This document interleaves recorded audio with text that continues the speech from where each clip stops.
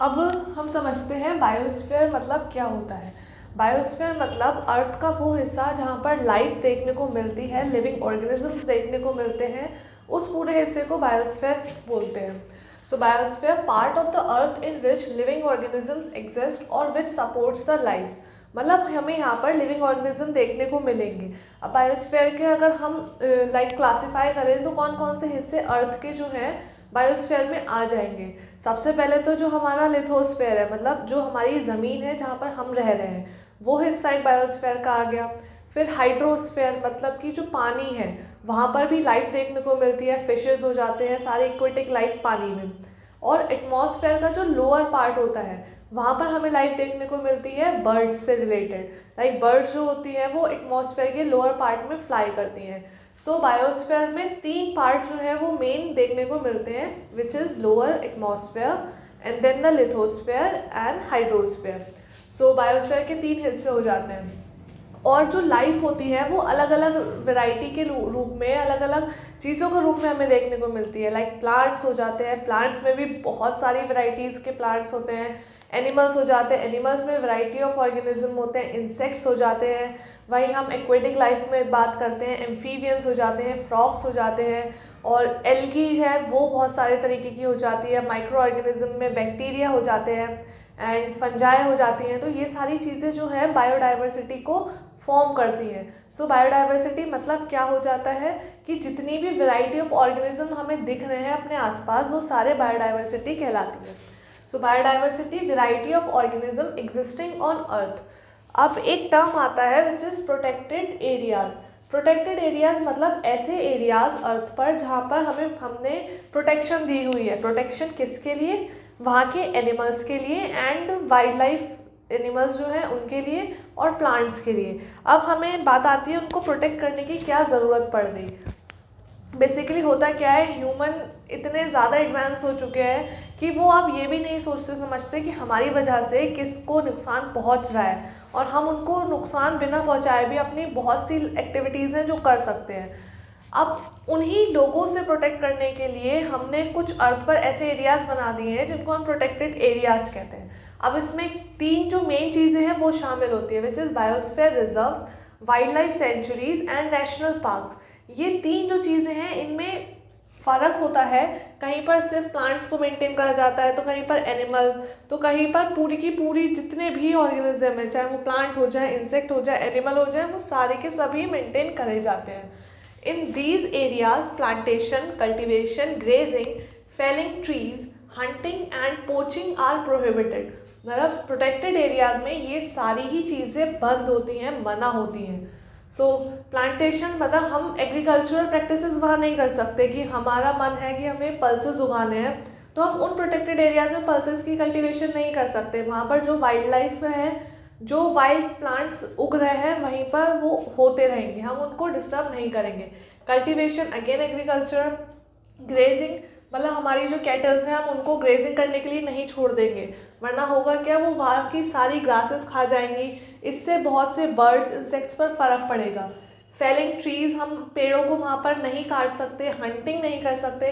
Poaching मतलब कि जब हम कैंपिंग करते हैं तो वहाँ पर कहीं पर भी हम मतलब आग ही जला करके खाना बनाने लगते हैं, तो वो सारी चीज़ें प्रोहिबिटेड होती है इन प्रोटेक्टेड एरियाज़ में। अब हमें जो करना है वो इन तीन प्रोटेक्टेड एरियाज़ को थोड़ा डिटेल में समझना है, और अब हम वही वन बाय वन देखते चलते हैं। सो फर्स्ट आता है हमारा biosphere reserve. So biosphere reserve are meant for conservation of biodiversity.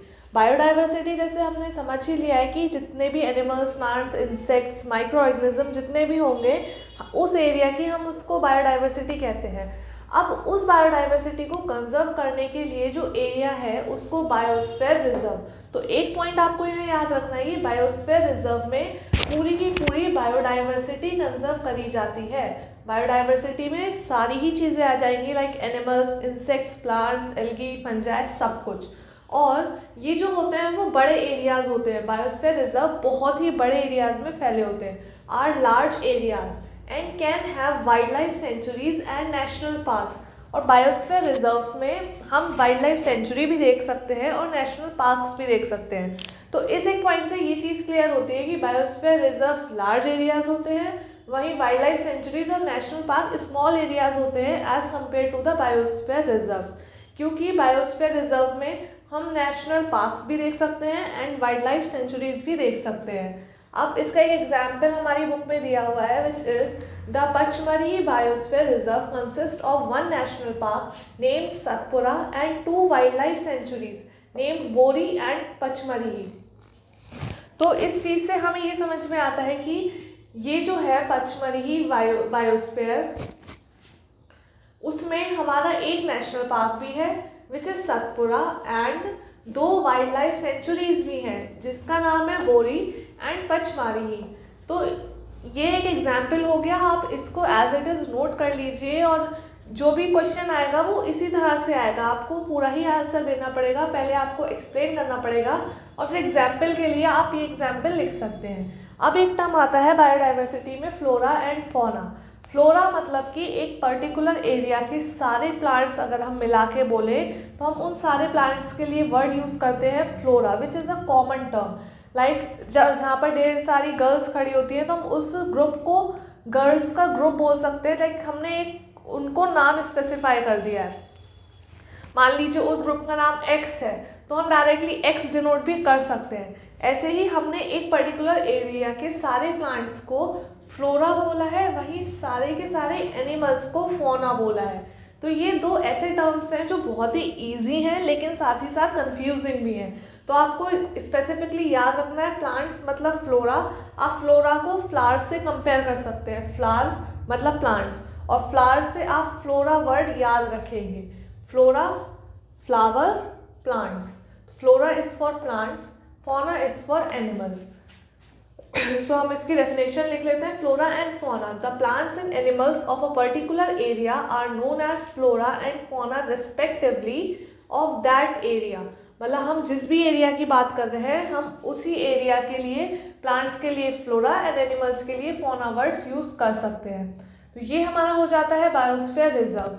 कुछ ऐसे ही टर्म्स आते हैं लाइक बायोस्फीयर रिजर्व के साथ साथ कुछ टर्म्स होते हैं like endemic species, endangered species, extinct species. तो ये सारे क्या होते हैं ये भी हम देख लेते हैं। Endemic species are those species of plants and animals which are found exclusively in a particular area. Particular type of animal or plant may be endemic to a zone, state, country. अब इसका मतलब क्या हुआ, कोई ऐसा plant, कोई ऐसा animal जो सिर्फ एक पर्टिकुलर एरिया में ही मिल रहा है। मान लीजिए एक एरिया आपके पास ये है और एक एरिया ये है और हम पे एक प्लांट है जिसका नाम है ए। अब ए प्लांट इस एरिया में तो मिल रहा है लेकिन इस वाले एरिया में नहीं मिल रहा। तो इससे हम क्या कंक्लूड करेंगे कि जो ए प्लांट है वो इस पर्टिकुलर एरिया के लिए एंडेमिक है। मतलब एक प्लांट एक एरिया में तो मिल रहा है लेकिन दूसरे में नहीं मिल रहा, हम कहीं और भी ढूंढने जाएंगे तो वो वहाँ पर नहीं मिलेगा, सिर्फ एक ही जगह मिलेगा। तो वो प्लांट उस एरिया के लिए एंडेमिक कहलाएगा। वहीं कोई और दूसरी स्पीसीज हो सकती है जो इस एरिया में तो है लेकिन इसमें नहीं मिलेगी, तो वो बी स्पीसीज जो है वो इस एरिया के लिए एंडेमिक है। मतलब एक स्पीसीज कोई एक एरिया के लिए एंडेमिक हो सकती है, दूसरे एरिया के लिए नहीं हो सकती। तो यही चीज़ हमने यहाँ पर लिख ली है। दोज स्पीसीज ऑफ प्लांट्स और एनिमल्स दोनों ही आ जाएंगे। इंसेक्ट्स जो है वो एनिमल्स में ही आ जाते हैं। Which are found exclusively in a particular area and that type of plant और animal is endemic to a zone. एक जोन के लिए एंडेमिक हो सकता है, एक स्टेट के लिए एंडेमिक हो सकता है, एक कंट्री के लिए एंडेमिक हो सकता है। अगर हम ये एग्जाम्पल लें कैंगरू का, तो वो एक कंट्री विच इज़ ऑस्ट्रेलिया में एंडेमिक है। कैंगरू आपको और कहीं पर भी देखने को नहीं मिलेगा। तो इसका एग्जाम्पल जो हमारी बुक में है वो है पचमारी बायोस्फीयर रिजर्व। इसमें एंडेमिक फ्लोरा में कौन कौन सी चीज़ें हैं, साल एंड वाइल्ड मैंगो ट्रीज। मतलब साल और वाइल्ड मैंगो ट्रीज जो हैं वो इस एरिया के लिए, इस पर्टिकुलर बायोस्फीयर रिजर्व के लिए एंडेमिक है। मतलब सिर्फ यहीं पर ही देखने को मिलेंगे और कहीं नहीं मिलेंगे। वहीं बात करें एंडेमिक फौना की, मतलब एनिमल्स की, तो bison, Indian giant squirrel and flying squirrel, ये जो है ये फौना है इस पर्टिकुलर एरिया के, इस पर्टिकुलर बायोस्फीयर रिजर्व के, जो सिर्फ यहीं मिलेंगे और कहीं नहीं मिलेंगे।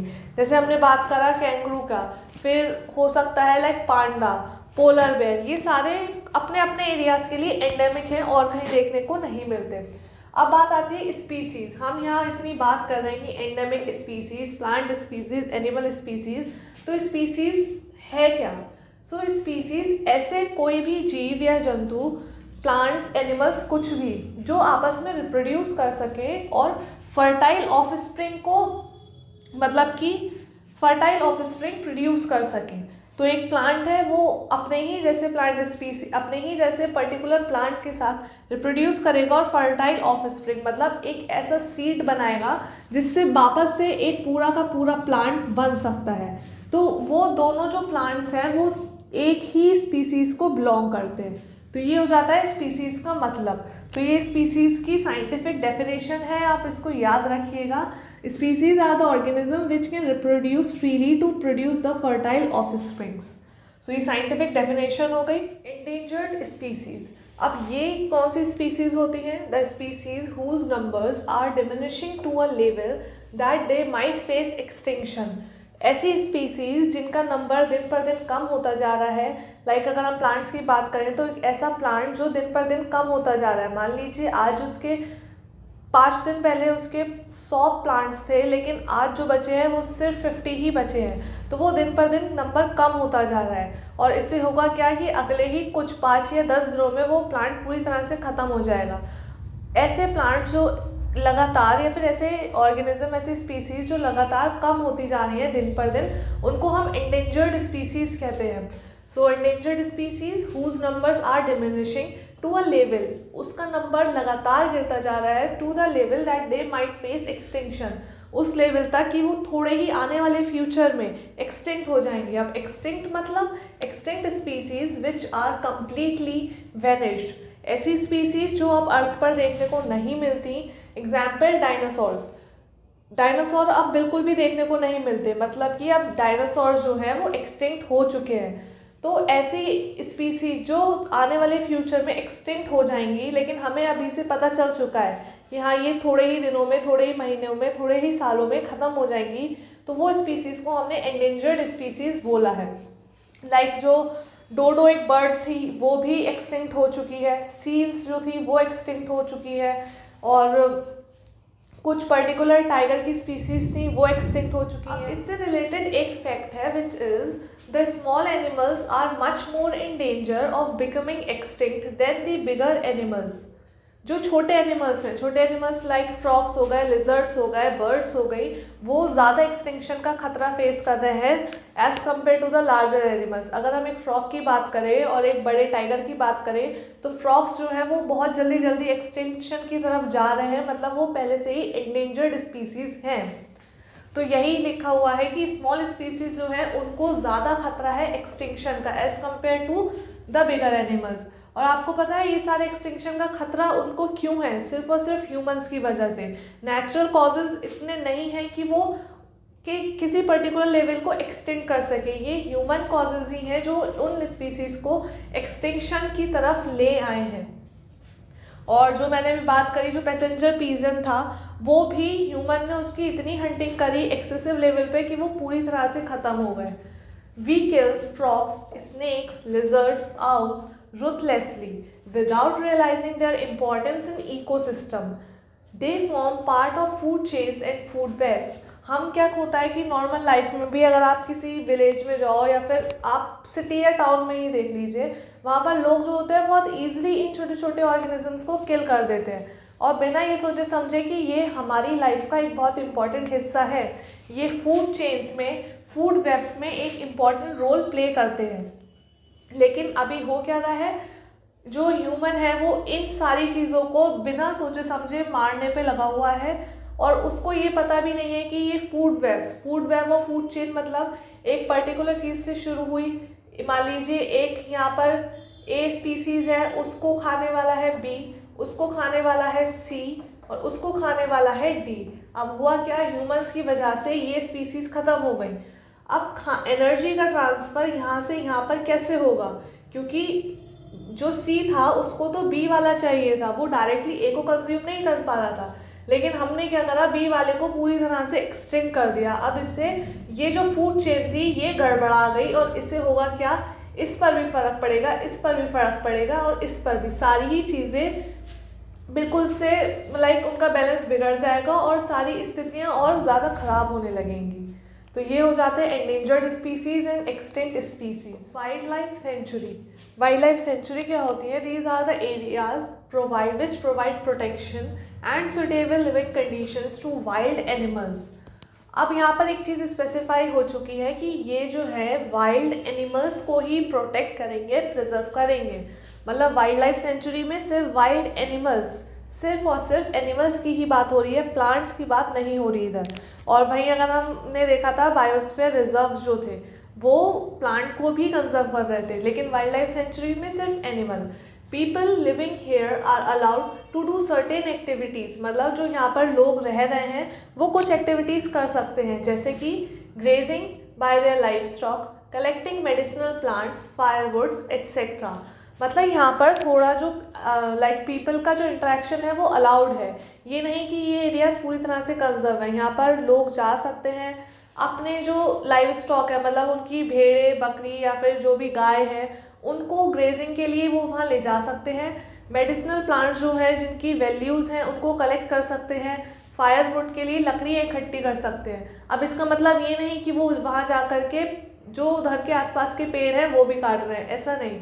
उनके घर में जितनी लकड़ियों की ज़रूरत है सिर्फ उतनी ही लकड़ी लेना है, एक्स्ट्रा पेड़ों को नहीं काट रहे, और वो भी सिर्फ वही लकड़ी ले रहे हैं जो वहाँ पर टूटी हुई पड़ी हुई हैं, खुद से नहीं काटते। तो यहाँ पर people living here are allowed to do certain activities allowed है। Some threatened wild animals like black buck, elephant, golden cat, marsh crocodile, marsh मतलब दलदली मिट्टी में रहने वाला crocodile, python is a snake, rhinoceros etcetera are protected and preserved here. ये कुछ ऐसे वाइल्ड एनिमल्स हैं जिनको खतरा है आसपास के लोगों से, लेकिन उनको आसपास के लोगों से और आसपास की कंडीशन से कि लोग उनको मार सकते हैं, एक्सेसिव उनको किलिंग कर सकते हैं, तो उनको यहाँ पर प्रिजर्व करके रखा गया है, उनको प्रोटेक्शन दी गई है ताकि वो वहाँ पर रिप्रोड्यूस कर सके और अपनी जो लाइक संख्या है वो बढ़ा सके। तो ये हो गई एक important fact. Some threatened wild animals like black buck, elephant, golden cat, marsh crocodile, python, rhinoceros etc. are protected and preserved here. तो ये हो जाता है वाइल्ड लाइफ सेंचुरी के बारे में। तो ये आपको क्लियर कट डिफरेंस याद रखना है कि बायोस्फीयर रिजर्व में प्लांट एनिमल्स सब कुछ था, पूरी बायोडाइवर्सिटी को मेंटेन करा गया था, इंसेक्ट्स भी थे, और वाइल्ड लाइफ सेंचुरी में सिर्फ और सिर्फ वाइल्ड एनिमल्स की बात हो रही है और किसी की नहीं हो रही। अब एक जो कन्फ्यूजन आता है वो आता है जूज एंड वाइल्ड लाइफ सेंचुरीज़ में। हमें पता है कि जूज में भी एनिमल्स को रखा जाता है एंड वाइल्ड लाइफ सेंचुरीज़ में भी एनिमल्स को रखा जाता है, तो इन दोनों में ही क्या फ़र्क है? इनमें फ़र्क ये है कि जूज में जो है वहाँ पर आर्टिफिशियल लिविंग कंडीशंस भी प्रोवाइड कराई गई है। मान लीजिए अगर हमको पोलर बेयर रखना है उधर, तो हमने उसके लिए पूरी आइस का सेटअप करा रखा है, जो वहाँ पर नेचुरल कंडीशन नहीं थी, लेकिन हमने तब भी आइस का पूरा सेटअप बनाया है। तो जूज में हम आर्टिफिशियल कंडीशंस भी प्रोवाइड कराते हैं ताकि अगर हम किसी एक एनिमल को किसी दूसरे कंट्री से ला करके वहाँ रख रहे हैं तो उसकी जैसी लिविंग कंडीशन जो उसके लिए सुटेबल है वो प्रोवाइड करा सके। वहीं बात करें अगर हम वाइल्ड लाइफ सेंचुरीज़ की, तो यहाँ पर नेचुरल कंडीशंस में ही एनिमल रहते हैं। मतलब मान लीजिए किसी भी इंडिया की एक वाइल्ड लाइफ सेंचुरी में हम पोलर बेयर को ला करके नहीं रख सकते। क्यों? क्योंकि वहाँ पर उसे बर्फ़ नहीं मिलेगी, और वाइल्ड लाइफ सेंचुरीज़ में हम कोई आर्टिफिशियल कोई भी लिविंग कंडीशंस प्रोवाइड नहीं कराते, जो नेचुरल है वहीं पर ही उनको अलाउ करते हैं एनिमल्स को रहना। बस फ़र्क इतना आ जाता है कि हम वहाँ पर उनको प्रोटेक्शन प्रोवाइड कराते हैं ताकि उनको वहाँ पर रहते हुए कोई खतरा नहीं हो। तो ये हो जाता है difference between zoos and wild life sanctuary. And इसी के साथ वाइल्ड लाइफ सेंचुरी वाला पोर्शन हमारा कंप्लीट हो जाता है। National parks, they preserve flora, fauna, landscape and historic objects of an area. तो नेशनल पार्क्स में हमने क्या देखा कि वो फ्लोरा को भी प्रिजर्व करेंगे, फ्लोरा मींस प्लांट्स, फौना को भी प्रिजर्व करेंगे, वहाँ के लैंडस्केप मतलब कि वहाँ का जितना भी नॉन लिविंग थिंग्स भी हैं, लाइक कोई केव है या फिर पूरा एक स्ट्रक्चर है, एक पॉन्ड है, और सब कुछ प्रिजर्व करेंगे। एंड हिस्टोरिक ऑब्जेक्ट्स भी प्रिजर्व करेंगे। हिस्टोरिक ऑब्जेक्ट्स में केव आ जाती हैं, अगर मान लीजिए उस नेशनल पार्क में कोई मॉन्यूमेंट भी है तो वो उसको भी प्रिजर्व करेंगे ऑफ एन एरिया। तो ये एक लार्ज मतलब एरिया होगा और उसमें सारी ही चीज़ें प्रिजर्व होंगी। Satpura national park is the first reserve forest of India. Satpura national park एक ऐसा इंडिया का पहला रिजर्व फॉरेस्ट है। रिजर्व फॉरेस्ट मतलब ऐसे फॉरेस्ट जिनको रिजर्व कर दिया गया है, वहाँ से कोई कटिंग नहीं होगी या फिर कोई भी लकड़ियाँ नहीं काट के ले जाएगा। The finest Indian teak is found in this forest. जो फाइनेस्ट इंडियन टीक है वो इस फॉरेस्ट में अवेलेबल है। There are more than 100 national parks in India. So ये एक फैक्ट बेस्ड डाटा है। अब बात आती है इकोसिस्टम क्या होता है। यहाँ जो हमने बात करी ना, फ्लोरा, फौना, लैंडस्केप, एवरीथिंग, ये सारी चीज़ें ही इकोसिस्टम बनाती हैं। मान लीजिए आप कहीं जाते हैं, एक पार्क में जाते हैं, वहाँ पर एक पॉन्ड है, उसके आसपास पेड़ हैं, आपको कुछ हिरन दिख जाते हैं, कुछ मोर दिख जाते हैं, तो वो पूरी जो एक पिक्चर है उसको लैंडस्केप बोला गया है। मतलब सारी ही चीज़ें वहाँ पर हैं और हम उसको एंजॉय कर रहे हैं। वहाँ पर लिविंग चीज़ें भी हैं, नॉन लिविंग चीज़ें भी हैं। नॉन लिविंग में पॉन्ड्स आ गए, वहाँ के कुछ सुंदर पत्थर आ गए जो इस तरह से रखे गए हैं, तो वो सारी चीज़ें ही लैंडस्केप, और यही चीज़ को हम इकोसिस्टम कहते हैं। इकोसिस्टम मतलब जहाँ पर लिविंग चीज़ें नॉन लिविंग चीज़ के साथ कम्युनिकेट करेंगी या फिर रहेंगी।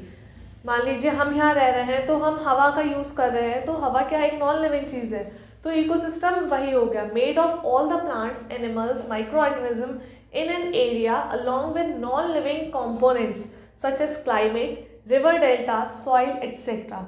Living as well as non living चीज़ें जो हैं वो एक इकोसिस्टम को बनाती हैं। तो ये चीज़ याद रखनी है कि लिविंग में तो प्लांट्स, एनिमल्स, माइक्रो ऑर्गेनिज्म सब आ गए, वहीं पर नॉन लिविंग कंपोनेंट्स भी इंक्लूड होंगे। लाइक क्लाइमेट में रेन आ जाती है, हम रेन को एंजॉय करते हैं। हवा आ जाती है, हम बिना हवा के नहीं रह सकते, मतलब हम हवा के साथ कम्युनिकेट कर रहे हैं। हमें एयर की, रेन की, सबकी ज़रूरत है। रिवर डेल्टा, सॉइल तो आपको पता ही होगा, लेकिन रिवर डेल्टास क्या होते हैं?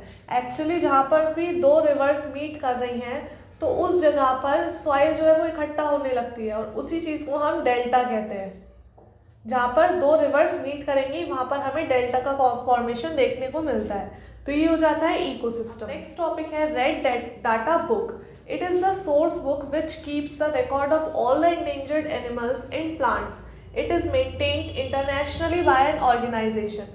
तो रेड डाटा बुक एक ऐसी बुक है जिसमें सारी एंडेंजर्ड स्पीसीज़, मतलब जो आने वाले फ्यूचर में एक्सटिंक्ट हो सकती हैं, उनका का पूरा रिकॉर्ड होता है, एनिमल्स का भी और प्लांट्स का भी। और क्योंकि जो एंडेंजर्ड स्पीसीज़ है वो रोज़ के रोज़ भी मिल सकती हैं, इसीलिए इस पूरी बुक को मेंटेन करा जाता है इंटरनेशनल ऑर्गेनाइजेशंस के द्वारा। अब ये जो ऑर्गेनाइजेशन होती है इसमें स्किल्ड मेंबर्स होते हैं जिनको पूरी नॉलेज होती है किसी पर्टिकुलर एनिमल से रिलेटेड, उसके पूरे हैबिटेट से रिलेटेड, पूरी प्लांट की नॉलेज होती है। तो इसलिए इस ऑर्गेनाइजेशन में बहुत ही एजुकेटेड पीपल्स होते हैं और स्किल्ड लोगों की इस टीम में ज़रूरत होती है। अब आता है एक नया term which is migration. Migration मतलब क्या होता है? एक अपनी जगह को छोड़ करके दूसरी जगह पर जाना, चाहे वो एक एरिया से दूसरे एरिया में हो, एक सिटी से दूसरे सिटी में हो, एक कंट्री से दूसरी कंट्री में हो, इसको हम माइग्रेशन बोलते हैं। और दूसरा फिर होता है माइग्रेटरी बर्ड्स। माइग्रेटरी बर्ड्स ऐसी बर्ड्स जो एक जगह से, मान लीजिए एक कंट्री से दूसरे कंट्री में जा रही हैं एक पर्टिकुलर सीजन में। क्यों? क्योंकि उस समय पर उनकी खुद की जो नेचुरल हैबिटेट है वहाँ पर बहुत ज़्यादा ठंड है या फिर कुछ ऐसा एनवायरनमेंट है जो उनके लिए अच्छा नहीं है, तो वो उस अपने नेचुरल एनवायरनमेंट को छोड़ करके दूसरे एनवायरनमेंट में शिफ्ट हो जाती हैं। Migratory birds are the birds which fly to far away areas every year. मतलब हर साल वो वहाँ जाती हैं during a particular season because of climatic changes. They fly far for laying eggs as the weather in their natural habitat becomes very cold and inhospitable। तो जो एक मेजर हम कंक्लूजन निकाले वो अपनी जगह इसलिए छोड़ती हैं ताकि, क्योंकि उनका जो नेचुरल हैबिटेट है वो बहुत ठंडा हो चुका होता है और वो उस जगह पर नहीं सर्वाइव कर सकती। और ऐसे ही हर साल इंडिया में जो होती है साइबेरियन क्रेन्स आती है, वो बहुत ही लॉन्ग डिस्टेंस साइबेरिया से उड़कर इंडिया आती हैं। क्यों? क्योंकि उस समय पर वहाँ पर बहुत ज़्यादा ठंड होती है। तो आप कभी गूगल पे देखिएगा साइबेरियन क्रेन के बारे में। Next topic, ways to conserve the plants. First is recycling of paper. हम पेपर की रिसाइकलिंग करके जो ट्रीज़ हैं, प्लांट्स हैं, उनको कंजर्व कर सकते हैं, उन्हें बचा सकते हैं। Paper can be recycled 5 to 7 times for use. मतलब एक पेपर जो अभी अभी बनकर आया है, हमने उस पर लिख लिया, अब वो आगे चल के 5 to 7 टाइम्स जो है वो रिसाइकिल हो सकता है। अलग अलग चीज़ों के लिए के यूज़ के लिए वो पेपर को हम रिसाइकिल कर सकते हैं। It needs 17 full grown trees to make 1 ton of paper. मतलब अगर हमें 1 टन पेपर बनाना है तो उसके लिए हमें 17 फुल ग्रोन अप ट्रीज चाहिए होंगे, उनको काटना पड़ेगा। It also saves water and energy needed for manufacturing paper. Amount of harmful chemicals used in paper making will also be reduce. तो पेपर को रिसाइकलिंग करने से 3 और फायदे हैं। क्या क्या है? पानी बचेगा, एनर्जी बचेगी और हार्मफुल केमिकल्स जो हैं वो भी कम हो जाएंगे।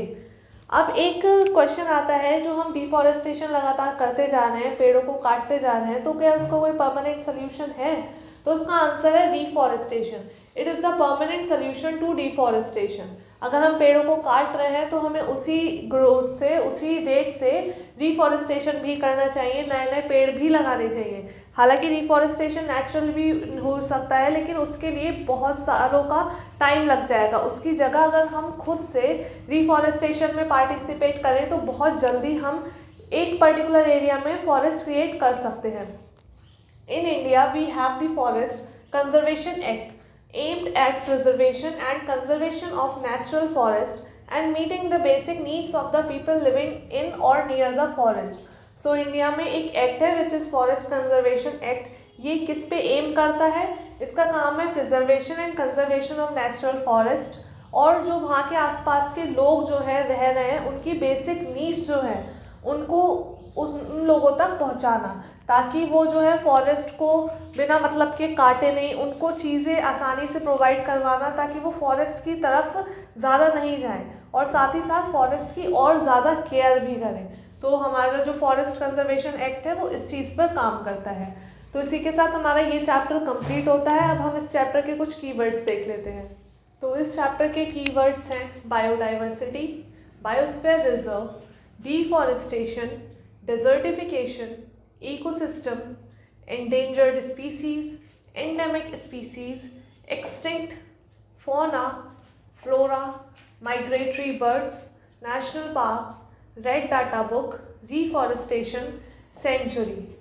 अब इसमें से आपको biodiversity, biosphere reserve and national parks and wild life centuries, इनमें डिफरेंस क्लियर कट पता होना चाहिए। और यहाँ पर कुछ नए वर्ड्स आए which are endangered species, endemic species, extinct species, fauna and flora. इन सारी वर्ड्स का आपको बिल्कुल से क्लियर मीनिंग पता होना चाहिए, क्योंकि ये 3 बेसिकली बहुत ज़्यादा कंफ्यूजिंग है अपने में। और वहीं फौना एंड फ्लोरा में बहुत से स्टूडेंट कंफ्यूज होते हैं कि कौन सा पेड़ों के लिए यूज़ हुआ था, कौन सा एनिमल्स के लिए। तो आप फ्लोरा से फ्लावर याद रखिए और फ्लावर से प्लांट्स याद रखिए। तो फ्लोरा डायरेक्टली प्लांट्स के लिए यूज़ होता है एंड फौना एनिमल्स के लिए यूज़ होता है। वहीं रेड डाटा बुक सब एंडेंजर्ड स्पीसीज़ को करेक्ट करे हुए है। तो ये कीवर्ड्स हो जाते हैं इस चैप्टर के। और अब हम मिलते हैं अपने नेक्स्ट चैप्टर में, तब तक के लिए थैंक यू।